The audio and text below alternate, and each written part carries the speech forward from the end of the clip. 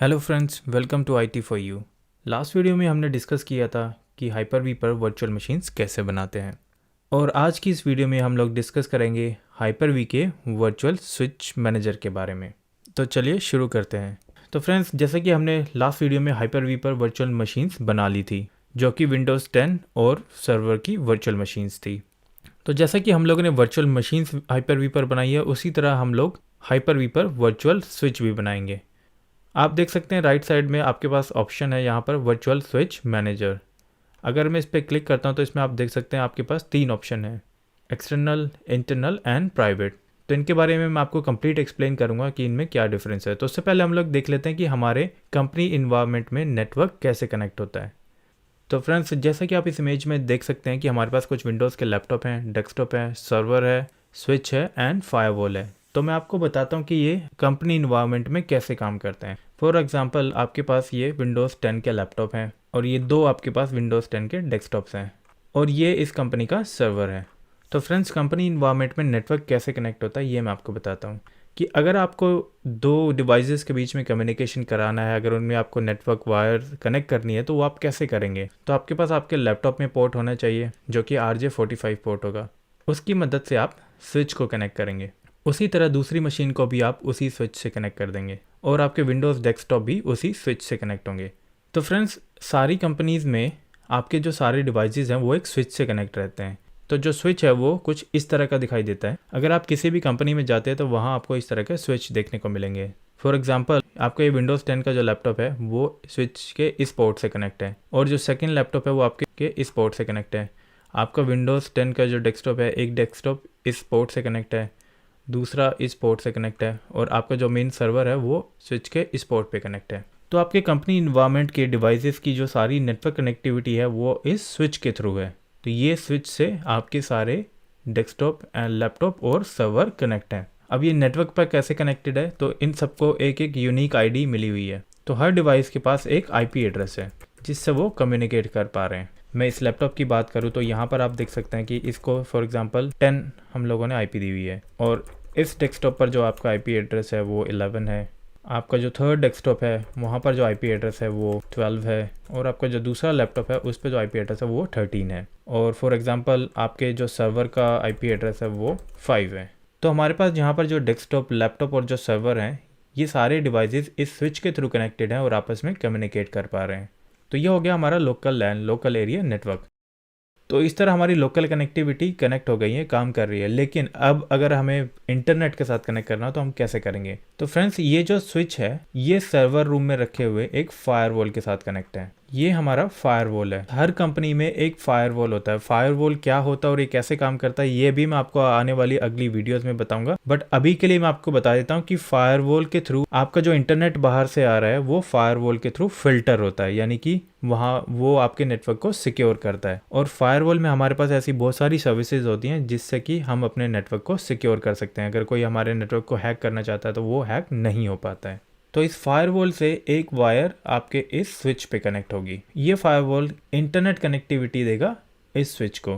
तो अब आपके फायरवॉल से कनेक्टिविटी हो गई है स्विच पे एंड स्विच के थ्रू आप इन सभी डिवाइसेस पर इंटरनेट एक्सेस कर पाएंगे, यानी आप गूगल एक्सेस कर पाएंगे। तो चलिए जानते हैं फ्रेंड्स, फायरवॉल के पास ये इंटरनेट कनेक्टिविटी कहाँ से आती है। जो फायरवॉल के पास जो इंटरनेट की जो सर्विसेज आएंगी वो आएंगी आपके इंटरनेट सर्विस प्रोवाइडर से। तो आपका जो इंटरनेट सर्विस प्रोवाइडर है वो कोई भी हो सकता है। वो एयरटेल हो सकता है, वो वोडाफोन हो सकता है, जियो हो सकता है, टाटा हो सकता है।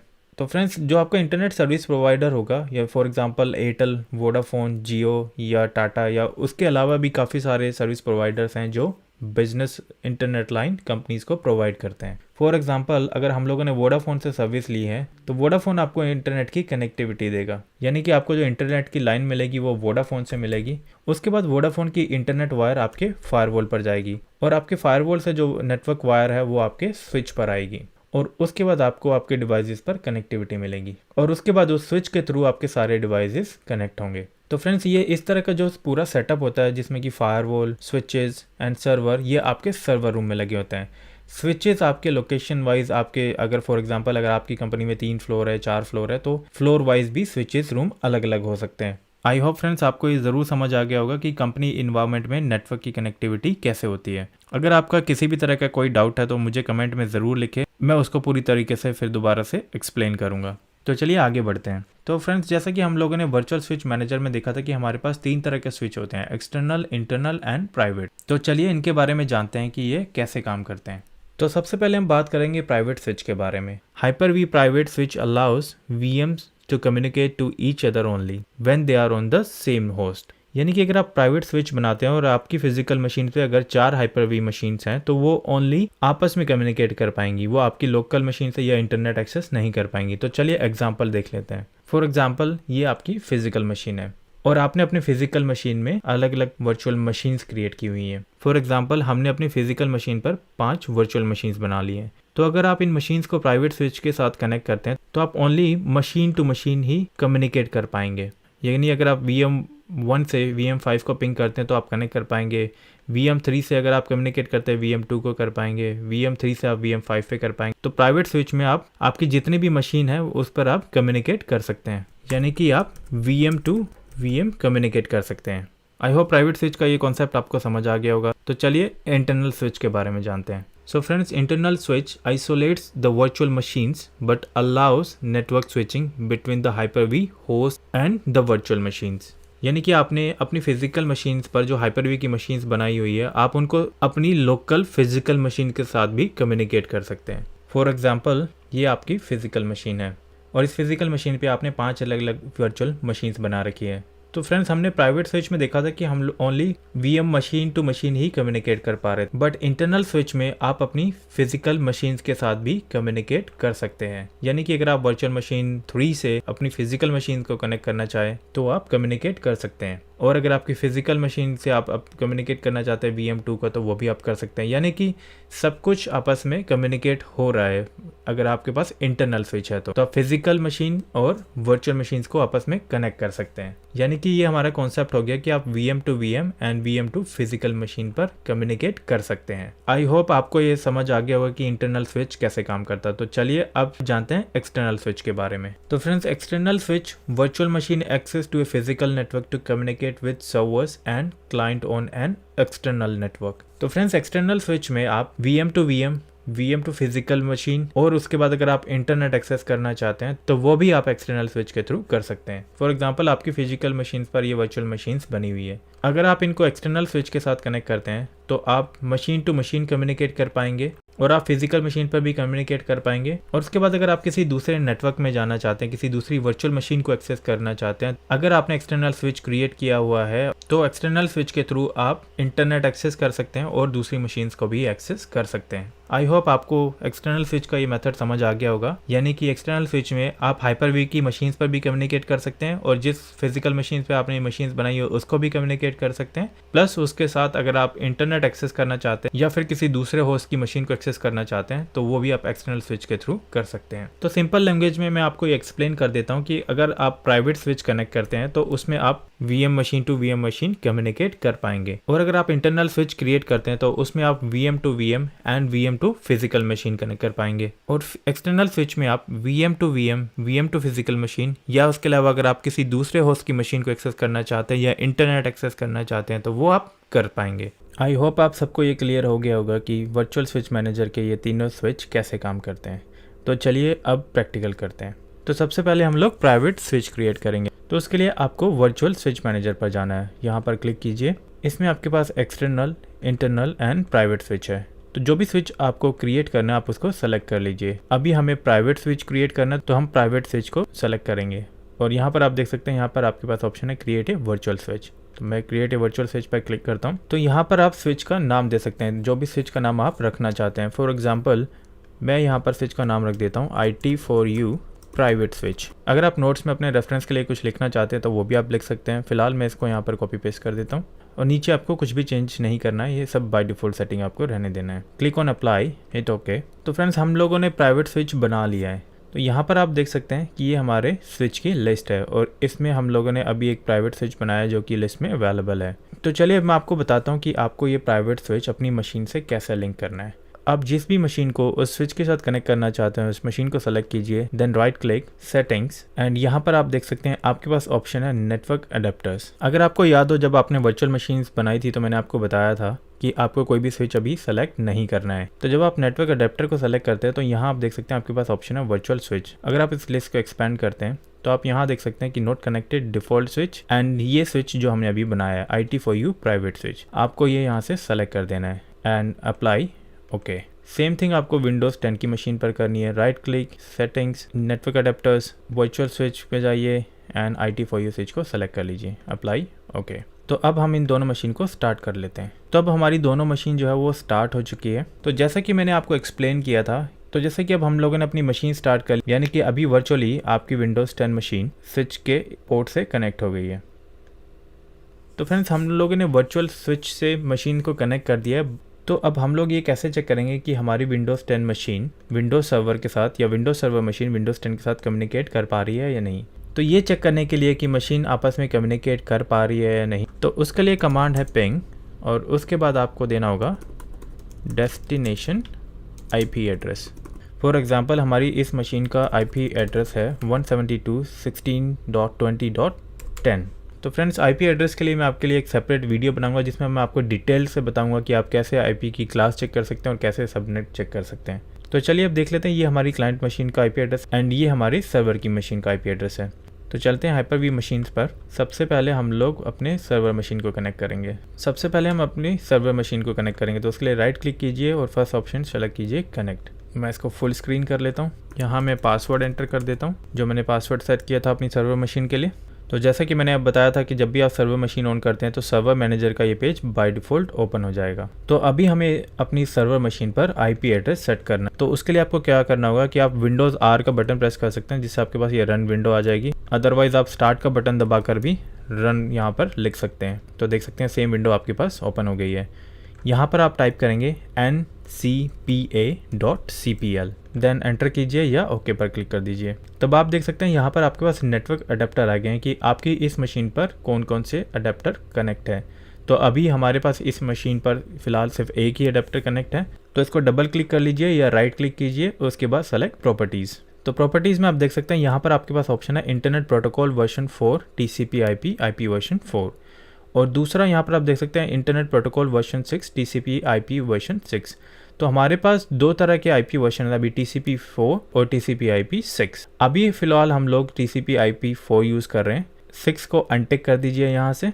बाद में मैं आपको ये बताऊंगा कि इन दोनों में क्या डिफरेंस है, बट अभी फ़िलहाल सब जगह हमारा TCP/IP वर्जन 4 यूज़ हो रहा है। तो TCP/IP वर्जन 4 को सेलेक्ट कीजिए, देन प्रॉपर्टीज़ के ऑप्शन पे क्लिक कीजिए। अब यहाँ पर आप देख सकते हैं बाय डिफ़ॉल्ट आपके पास अभी यहाँ पर कोई भी IP एड्रेस नहीं है। तो हमें क्या करना है, हमें अपनी इस मशीन पर सर्वर का IP एड्रेस देना है जो कि 172.16.20.5 है। तो मैं यहाँ पर जाता हूँ और चूज़ कर लेता हूँ use the following IP address. यहाँ पर हम लोग IP एड्रेस सेट कर देंगे 20.5 एंड सबनेट मास्क देख सकते हैं जैसे ही आप टैब बटन यूज़ करेंगे तो ये सबनेट मास्क बाय डिफ़ॉल्ट आ जाएगा। आने वाली वीडियोस में जब मैं आपको IP एड्रेस के बारे में एक्सप्लेन करूँगा तब आपको ये समझ आ जाएगा कि सबनेट मास्क कैसे बनता है। तो जैसे कि देख सकते हैं मैंने ये IP एड्रेस असाइन कर दिया है and click okay and close पे क्लिक कीजिए। यहाँ से आप दोबारा विंडोज़ R प्रेस कीजिए और यहाँ पर टाइप कीजिए CMD एंड हिट एंटर। अगर आप देखना चाहते हैं कि आपकी लोकल मशीन पर कौन सा IP एड्रेस है तो उसके लिए एक कमांड है IP config। अगर आप IP config लिख के एंटर करेंगे तो आप यहाँ पर देख सकते हैं कि यहाँ पर आपकी मशीन का IP एड्रेस आपको मिल जाएगा जो कि अभी हम लोगों ने सेट किया है 172.16.20.5। ये हमारा सबनेट मास्क है। डिफ़ॉल्ट गेटवे अभी हम लोग यूज़ नहीं कर रहे हैं तो अभी यहाँ पर ब्लैंक आ रहा है। ये सेम स्टेप्स आपको विंडोज़ 10 की मशीन पर भी करना है। तो जैसे कि मैंने आपको बताया था इसका default password P capital letter small a SSW0RD exclamation mark, ये इसका बाय डिफ़ॉल्ट पासवर्ड है। तो चलिए लॉगिन कर लेते हैं। तो जैसे कि आप देख सकते हैं हमारी विंडोज़ मशीन लॉगिन हो गई है। सेम स्टेप हम लोग यहाँ पर फॉलो करेंगे। Press Windows R button and type ncpa.cpl। तो आप देख सकते हैं हमारे पास इस मशीन पर एक अडेप्टर अवेलेबल है। इस पर डबल क्लिक कीजिए, सेलेक्ट प्रॉपर्टीज़। यहाँ से आप IP वर्जन 6 को अनटिक कर दीजिए, 4 को सेलेक्ट कीजिए, इंटरनेट प्रोटोकॉल वर्जन 6 को सेलेक्ट कीजिए, देन गो टू प्रॉपर्टीज़। यहाँ से हम लोग IP एड्रेस असाइन कर देंगे। हमारी क्लाइंट मशीन का IP एड्रेस था 172.16.20.10 and click okay, close, again press Windows R, type cmd, IP check करने के लिए कमांड है IP config। तो आप देख सकते हैं हमारे पास ये IP एड्रेस यहाँ पर सेट हो गया है। तो जैसा कि मैंने आपको बताया था कि आप पिंग कमांड से चेक कर सकते हैं कि मशीन्स के बीच में कम्युनिकेशन हो पा रहा है या नहीं। तो अभी अगर आप ये चेक करना चाहते हैं कि आपकी विंडोज़ 10 मशीन विंडोज़ सर्वर से पिंग कर पा रही है या नहीं, तो उसके लिए आप क्या कमांड लिखेंगे? तो उसके लिए आपको लिखना होगा पिंग 172.16.5, यानी कि आप ये चेक कर रहे हैं कि आपकी विंडोज़ 10 मशीन सर्वर से कनेक्ट हो रही है या नहीं, तो आपको उसका IP एड्रेस देना है, यानी कि आपको इसका IP एड्रेस यहाँ पर देना होगा। अगर आप ये चाहते हैं कि आप विंडोज़ सर्वर 2019 की मशीन से चेक करना चाहते हैं कि आपकी विंडोज़ 10 डेस्कटॉप को आप पिंग कर पा रहे हैं या नहीं, तो उसके लिए आपको क्या यूज़ करना होगा? पिंग 172.16.10। तो यहाँ पर आपकी जो डेस्टिनेशन IP है वो विंडोज़ 10 के लिए 20.10 है। तो चलिए इसका प्रैक्टिकल देख लेते हैं। सबसे पहले हम चलते हैं विंडोज़ 10 मशीन पर। यहाँ पर मैं प्रेस करता हूँ Windows and R button and cmd command prompt की विंडो के लिए, और यहाँ मैं लिखता हूँ पिंग 172.16.5 जो कि हमारी सर्वर मशीन का IP एड्रेस है। तो देखते हैं यहाँ पे हमें रिस्पॉन्स मिल रहा है या नहीं। तो फ्रेंड्स, जैसा कि आप देख सकते हैं कि हमारी मशीन सर्वर मशीन को कनेक्ट नहीं कर पा रही है, और ऐसा क्यों है इसके बारे में मैं आपको भी एक्सप्लेन करता हूं। तो उससे पहले हम देख लेते हैं विंडोज़ सर्वर मशीन पर भी जाकर कि हमारी विंडोज़ सर्वर मशीन हमारी क्लाइंट ऑपरेटिंग सिस्टम जो कि विंडोज़ 10 है उसको पिंग कर पा रही है या नहीं। तो आप देख सकते हैं हम किसी भी मशीन से कम्युनिकेट नहीं कर पा रहे हैं। तो ऐसा क्यों है फ्रेंड्स? तो अभी ऐसा इसलिए है कि बाय डिफ़ॉल्ट अगर आप किसी भी मशीन को एक दूसरे के साथ कनेक्ट करना चाहते हैं, कम्युनिकेट करना चाहते हैं सेम नेटवर्क पर, अगर उनको एक दूसरे के बारे में नहीं पता हो तो आप कम्युनिकेट नहीं कर पाते हैं, क्योंकि अभी हम लोगों ने सर्वर इन्वायरमेंट नहीं बनाया, हम लोगों ने इसके ऊपर कोई एक्टिव डायरेक्टरी या सर्वर को as a domain controller promote नहीं किया है। तो अभी सर्वर के पास विंडोज़ 10 मशीन की कोई इन्फॉर्मेशन नहीं है और विंडोज़ 10 के पास सर्वर की कोई इन्फॉर्मेशन नहीं है, यानी कि अभी उनको एक दूसरे के बारे में कुछ भी नहीं पता है। बट इस केस में अगर आप इन दोनों को पिंग करना चाहे तो आपको क्या करना होगा? तो अभी आप जो पिंग नहीं कर पा रहे हो वो इस वजह से नहीं कर पा रहे हो क्योंकि आपकी लोकल मशीन का फायरवॉल जो है वो ऑन है। तो चलिए मैं आपको दिखाता हूँ। आप विंडोज़ R प्रेस कीजिए एंड रन विंडो पर आप टाइप कीजिए firewall.cpl। तो यहाँ पर आप देख सकते हैं ये आपकी लोकल फायरवॉल की विंडो है। तो यहाँ आप देख सकते हैं आपके पास ऑप्शन है turn Windows defender firewall on और ऑफ। तो इस पर क्लिक कीजिए। यहाँ आप देख सकते हैं private network setting and public network setting के लिए आपका जो फायरवॉल है वो ऑन है। तो अब यहाँ से आप इसको ऑफ कर दीजिए एंड सेम स्टेप्स आपको विंडोज़ 10 की मशीन पर भी परफॉर्म करना है। विंडोज़ R प्रेस कीजिए एंड टाइप firewall.cpl। तो आप देख सकते हैं यहाँ पर आपके पास सेम ऑप्शन है turn Windows defender firewall on और ऑफ। तो इस पर क्लिक कीजिए। तो यहाँ से आपको पब्लिक नेटवर्क टर्न ऑफ कर देना है, हिट ओके। तो यहाँ पर आपको फायरवॉल एंड नेटवर्क प्रोटेक्शन के लिए आपके पास एक नोटिफिकेशन आ सकता है, तो अभी इसको फिलहाल के लिए इग्नोर कर दीजिए। लेटर ऑन मैं आपको बताऊंगा कि आप जब सर्वर मशीन बनाते हो तो आपको ये करने की ज़रूरत नहीं पड़ती है, वो बाय डिफ़ॉल्ट आपकी मशीन के साथ फायरवॉल ऑन करेगा। तो चलिए, जैसे कि हम लोगों ने दोनों जगह सेम टास्क परफॉर्म किया है, तो अब हमारी क्लाइंट ऑपरेटिंग सिस्टम की मशीन से देखते हैं कि हम लोग सर्वर मशीन को पिंग कर पा रहे हैं या नहीं। तो सेम कमांड हम लोग यूज़ करेंगे, पिंग स्पेस 172.16.20.5। तो जैसे कि आप देख सकते हैं हमारी मशीन सर्वर मशीन के साथ कम्युनिकेट कर पा रही है। सेम हम लोग सर्वर मशीन से भी चेक कर लेते हैं। यहाँ पर भी हम टाइप करेंगे पिंग स्पेस 172.16.20. जो कि हमारे क्लाइंट ऑपरेटिंग सिस्टम का IP एड्रेस है। तो देख सकते हैं हम यहाँ से भी उस मशीन को कम्युनिकेट कर पा रहे हैं। तो अब इस प्राइवेट स्विच के साथ दोनों मशीन आपस में कम्युनिकेट कर पा रही हैं। फॉर एग्जाम्पल अगर मैं यहाँ पर टाइप करता हूँ पिंग स्पेस .google.com, तो आप देख सकते हैं यहाँ पर हमें कोई रिस्पॉन्स नहीं मिल रहा है। Ping request could not find host google.com, please check the name and try again. Because मैंने आपको बताया था कि प्राइवेट स्विच अगर आप बनाते हैं तो आप only host machine to host machine ही कम्युनिकेट कर सकते हैं, बिकॉज प्राइवेट स्विच के पास वो कैपेबिलिटीज़ ही नहीं है कि वो आपकी फिजिकल मशीन से कम्युनिकेट कर पाए। अगर आप प्राइवेट स्विच पर कनेक्ट करते हैं तो आप only virtual machine to virtual machine ही कनेक्ट कर पाएंगे। अगर आपके पास यहाँ 3 अलग अलग वर्चुअल मशीन्स होती है और ये तीनों अगर आपके सेम स्विच से कनेक्ट है तो आप इन तीनों मशीन पर भी कम्युनिकेट कर पाएंगे। तो हमारा प्राइवेट स्विच का जो कॉन्सेप्ट है वो क्लियर हो गया है। अब हम लोग क्रिएट करेंगे इंटरनल स्विच। तो सेम आपको क्या करना है, इंटरनल स्विच को सेलेक्ट कीजिए एंड क्रिएट वर्चुअल स्विच। यहाँ पर हम अपने स्विच का नाम देंगे IT4U इंटरनल स्विच। उसके अलावा जो सेटिंग्स है वो बाय डिफ़ॉल्ट रहेंगी एंड उसके बाद अप्लाई कीजिए। तो आप यहाँ देख सकते हैं लिस्ट में हमारे पास अब इंटरनल स्विच भी अवेलेबल है, IT4U इंटरनल स्विच। तब आपको सेम मशीन पर जाना होगा और आपको वो स्विच कनेक्ट करना है। तो इसके लिए आपको मशीन को टर्न ऑफ करने की ज़रूरत नहीं है। Right click on the machine, settings, यहाँ से नेटवर्क अडेप्टर में आइए, वर्चुअल स्विच की लिस्ट को एक्सपेंड कीजिए। यहाँ आप देख सकते हैं हमारे पास अब ऑप्शन अवेलेबल है IT4U इंटरनल स्विच। तो इसको हम लोग यहाँ से सेलेक्ट कर लेंगे, अप्लाई ओके। सेम स्टेप्स आपको विंडोज़ 10 मशीन पर परफॉर्म करने, settings, network, IT4U internal switch, apply okay. तो अब हमारी दोनों मशीन पर इंटरनल स्विच हम लोगों ने कनेक्ट कर दिया है। तो चलिए अब देखते हैं कि इंटरनल स्विच के फीचर के अकॉर्डिंग हम लोग फिजिकल मशीन के साथ कम्युनिकेट कर पाते हैं या नहीं। तो अगर मैं अपनी फिजिकल मशीन का नेटवर्क अडेप्टर ओपन करता हूं, तो आप यहां पर देख सकते हैं कि vEthernet IT4U internal switch create हो चुका है, क्योंकि इंटरनल स्विच से ही आप फिजिकल मशीन को कम्युनिकेट कर सकते हैं। इसलिए यहाँ पर हमारे पास प्राइवेट स्विच लिस्ट में नहीं है। जो फर्स्ट अडेप्टर है वो मेरी ब्लूटूथ की कनेक्टिविटी के लिए है। लोकल लैन जो मेरा लैपटॉप का RJ45 कनेक्टर है वो है। ये डिफ़ॉल्ट स्विच हाइपर-वी का है। जब आप हाइपर-वी इंस्टॉल करते तो ये डिफ़ॉल्ट स्विच बन जाता है। IT4U इंटरनल स्विच हम लोगों ने अभी क्रिएट किया था और ये मेरे वाईफाई का अडेप्टर है। यानी कि हमारे पास यहाँ पर प्राइवेट स्विच अवेलेबल नहीं है, बिकॉज उसमें वो कंपैटिबिलिटी ही नहीं है, उसमें वो फीचर ही नहीं है कि आप फिजिकल मशीन के साथ कम्युनिकेट कर पाएँ। तो अभी आपको क्या करना होगा कि आपको अपनी फिजिकल मशीन के स्विच अडेप्टर में जाके यहाँ पर इसको IP एड्रेस असाइन करना होगा।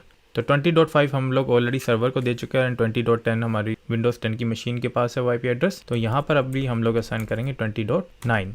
तो चलिए हम अपनी फिजिकल मशीन और वर्चुअल मशीन के बीच में कनेक्टिविटी चेक करते हैं, बट उससे पहले हम लोग अपनी फिजिकल मशीन पर फायरवॉल को ऑफ कर देते हैं। तो मैं यहाँ से पब्लिक नेटवर्क सेटिंग के लिए फायरवॉल को टर्न ऑफ कर देता हूँ और अब चलते हैं अपनी विंडोज़ 10 की मशीन पर और यहाँ जाकर हम लोग टाइप करते हैं अपनी फिजिकल मशीन का IP एड्रेस।